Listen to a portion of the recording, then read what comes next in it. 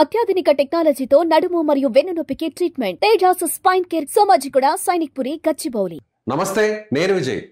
ఇటీవల హైదరాబాద్ పోలీసులు పైరసీ ముఠా గుట్టురట్టు చేశారు. అది కూడా ఎంత పెద్ద నెట్వర్క్ అంటే ఏకంగా 1050 సినిమాలను పైరసీ చేసి ఇప్పటి వరకు ఇండస్ట్రీకి 22,500 కోట్ల రూపాయల నష్టం వాటిల్లినట్లుగా నేరుగా పోలీసులు ప్రకటించారు.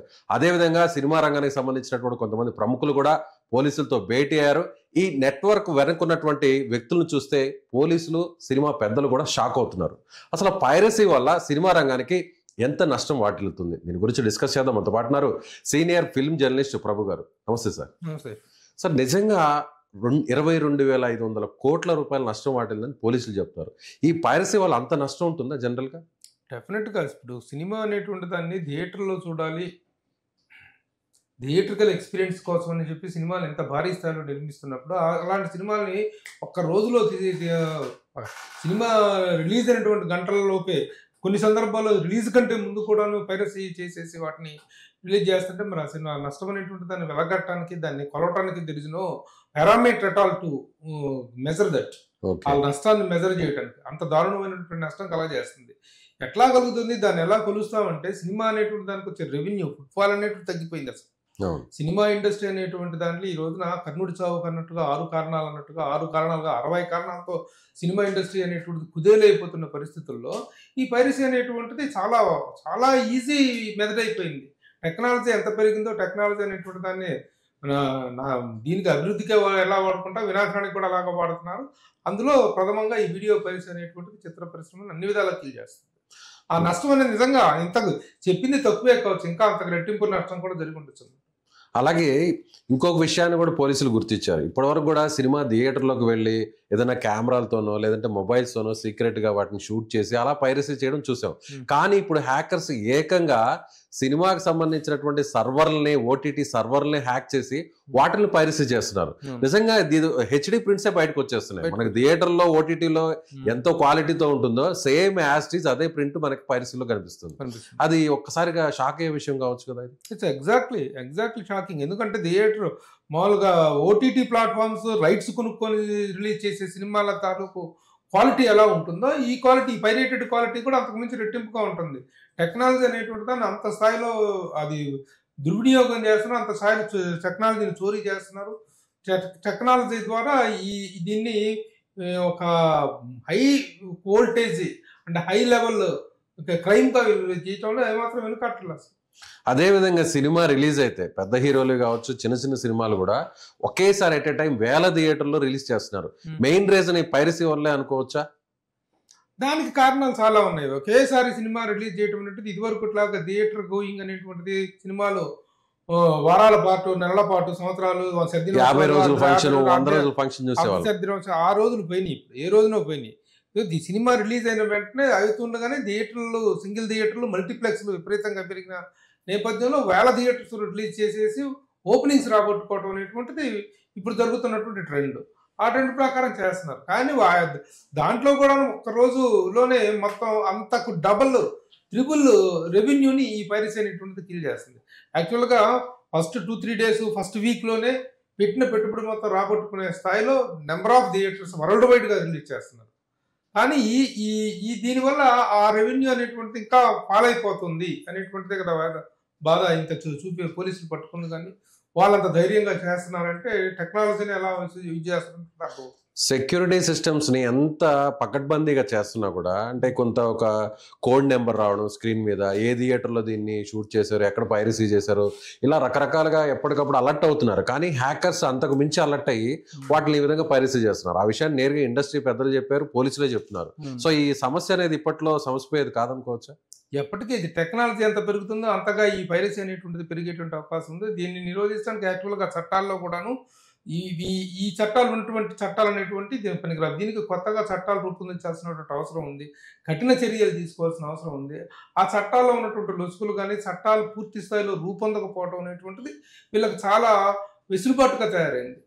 ఏం చేస్తారు, ఇప్పుడు పట్టుకొని ఉన్నారు, కొంతమంది అరెస్ట్ చేశారు. అరెస్ట్ చేసిన వాళ్ళని అంటారు, వాట్ సెక్షన్స్ వాళ్ళ మీద ఇంపోజ్ చేయాలి, సెక్షన్స్ ఇంపోజ్ చేస్తే వాళ్ళకి కఠినమైనటువంటి శిక్షలు పడతాయనేటువంటి దాని పట్ల పోలీసులకు అవగాహన లేదు, న్యాయ వ్యవస్థలోనూ అవగాహన లేదు. ఎందుకంటే రోజు రోజుకు మారిపోతున్న చట్టాలు డెవలప్ అవుతున్న టెక్నాలజీ అనేటువంటి దాన్ని ఇంప్లైట్ చేసుకుంటూ చట్టాలు రూపొందించుకోవాల్సిన అవసరం ఉంది, సెక్షన్లు రూపొందించుకోవాల్సిన అవసరం ఉంది. అయితే లేకుండా పోయింది. ఇది టెక్నాలజీ అనేటువంటిది, పైరసీ అనేటువంటిది ఎంత ఫార్వర్డ్ అవుతుందో లా అనేటువంటిది అంత ఫాస్ట్గా ఫార్వర్డ్ కాలేకపోతుంది. ఫార్వర్డ్గా ఈ సెక్షన్స్ అనేటువంటి ఇంపోజ్ చేయలేకపోతుంది పోలీస్ శాఖ కూడాను. That is one biggest problem. అలాగే ఇప్పుడు ఇవాళ ఒక పోస్ట్ కూడా వైరల్ అవుతుంది సార్. ఏకంగా పోలీసులనే సవాల్ విసరడం, పోలీసులకే ఛాలెంజ్ చేయడం. పోలీసు కమిషనర్ గారు సివి ఆనంద్ గారు, మీరు మా మీద ఫోకస్ పెడితే మేము మీ మీద ఫోకస్ పెట్టాల్సి వస్తుందంటూ ఒక పెద్ద పోస్ట్ రిలీజ్ చేశాడు ఒక హ్యాకర్. సో అదేవిధంగా ఆ పోస్ట్ లో చాలా పాయింట్స్ కూడా రేస్ చేశారు. ఎందుకు ఇంత 100 కోట్లు పెట్టి సినిమా తీయాల్సిన అవసరం ఏంది, హీరోలు హీరోయిన్లకి అంత రెమ్యునరేషన్ అవసరం ఏంది, నిజంగా పైరసీ వల్ల నష్టపోయేది హీరోలు హీరోయిన్లే, కింద ఉన్నటువంటి కార్మికులు కాదు అంటే రకరకాలుగా ఆ పోస్ట్ పెట్టాడు. దాని గురించి ఏమంటారు? అసలు సినిమాల రేట్లు పెరగటం, లేకపోతే కాస్ట్ ఆఫ్ ప్రొడక్షన్ పెరగటం, విదేశాల్లో షూటింగ్లు చేయటం, సినిమా నిర్మాణ వ్యయం పెరగటం అనేటువంటి దానికి మీ పరిస్థితికి సంబంధం ఏంటి? అంటే మీరు సినిమా కాస్ట్ ఆఫ్ ప్రొడక్షన్ ఈ రోజున సినిమా అనేటువంటిది ఎంత ఇదిలో చేసినప్పటికీ కూడాను అంటలేదు పబ్లిక్లో. కొత్త విదేశాల్లో షూట్ చేసి ఎంతతో హై వోల్టేజ్ టెక్నాలజీతో చేస్తున్నప్పుడు కూడా ప్రేక్షకుడు సాటిస్ఫై అవటంలో, అంటే ప్రేక్షకుని సాటిస్ఫై చేయడం కోసం విపరీతంగా ఖర్చు చేస్తాయి. అయితే వాటిలో జరుగుతున్న దుబారాలు జరుగుతున్నాయి. హైయెస్ట్ రెమ్యునరేషన్స్, హైయెస్ట్ వేస్టేజ్ ఇవన్నీ జరుగుతున్నాయి, కాదంటలేదు దాన్ని. దానికి మీ పరిస్థితికి సంబంధం ఏంటి? అది ఇండస్ట్రీ సమస్య. హీరో హీరోయిన్ల రెమ్యునరేషన్లు, విదేశాల్లో షూటింగ్లు చేయటం, కాస్ట్ ఆఫ్ ప్రొడక్షన్ పెరగటం, బడ్జెట్ పెరగటం, అదంతా నిర్మాతలకు ఉన్నటువంటి హెడ్ఏక్. కానీ ఇలాంటి సమస్యలతోనే వాళ్ళు సతమతం అవుతుంటే మళ్ళీ పైరసీ ద్వారా మీరు ఇంకా చేస్తుంది ఏమిటి? దాన్ని మీరు అడ్రస్ చేసేటువంటి విషయం ఉందా? ఇలా చేసి కూడాను వాళ్ళని హెచ్చరిస్తున్నారు, పోలీసులు హెచ్చరిస్తున్న స్థాయికి వెళ్ళారు అంటే ఇక మరి పోలీసులు దాన్ని అంత సవాలుగా తీసుకుంటారనేట్టు మనం వేచి చూడాల్సినటువంటి విషయం. అలాగే సినీ ఇండస్ట్రీకి సంబంధించిన పెద్దలు కూడా పోలీసులతో భేటీ అయ్యారు. చిరంజీవి గారు, నాగార్జున గారు, హీరో నాని, వీళ్ళందరూ కూడా. సో దీనికి ఒక సొల్యూషన్ వచ్చే అవకాశం ఉందంటారు ఏమన్నా? మీరు అన్నారు ఇందాక ఒక మాట అన్నారు, ఈ పైరసీ చట్టాన్ని కొంచెం కఠినంగా చేయాలి, శిక్షలు కూడా కఠినంగా అమలు చేస్తే ఎవరన్నా పైరసీ చేయాలంటే భయపడతారు, దీంట్లో మారాల్సిన అవసరం ఉంది అంటారు. దాని గురించి ఏమన్నా డెసిషన్ వచ్చే ఛాన్సెస్ ఉండొచ్చు? ఏదైనా అందరూ తలలు పట్టుకొని కూర్చున్నట్టు విషయం ఇది. సినిమా ఇండస్ట్రీ పెద్దలు కలిశారు, పోలీసులు కలిశారు, దాని మీద ఒక ఉమ్మడి కార్యాచరణ రూపొందించుకోవాల్సిన అవసరం ఉంది. కానీ అదే చెప్తున్నాను కదా, టెక్నాలజీ అనేది ఏ రోజుకి ఆ రోజు పెరిగిపోతుంది. కేవలం ఇది ఒకటే కాదు, ఇది దొంగతనంగా జరుగుతుంది. కానీ థియేటర్లో డైరెక్ట్గా జరుగుతుందని ఏం చేస్తున్నారు? ఒక్కసారి సినిమా థియేటర్లో షో స్టార్ట్ అయింది అంటే కొన్ని వేల కెమెరాలు, వందల కెమెరాలు, థియేటర్ కెపాసిటీ ఉందో అన్ని కెమెరాలు ఆన్ అవుతున్నాయి, అన్ని సెల్ ఫోన్లు ఆన్ అవుతున్నాయి, సినిమాలో ఇంపార్టెంట్ పార్ట్స్ అన్ని షూట్ చేసుకుని వెళ్తున్నారు. సోషల్ మీడియాలో యూట్యూబ్ ఇట్లా పెట్టేసుకుంటున్నారు, ఇన్స్టాలో పెట్టేసుకుంటున్నారు. వాటిని నివారించుకోవాల్సిన అవసరం కూడా ఉంది కదా.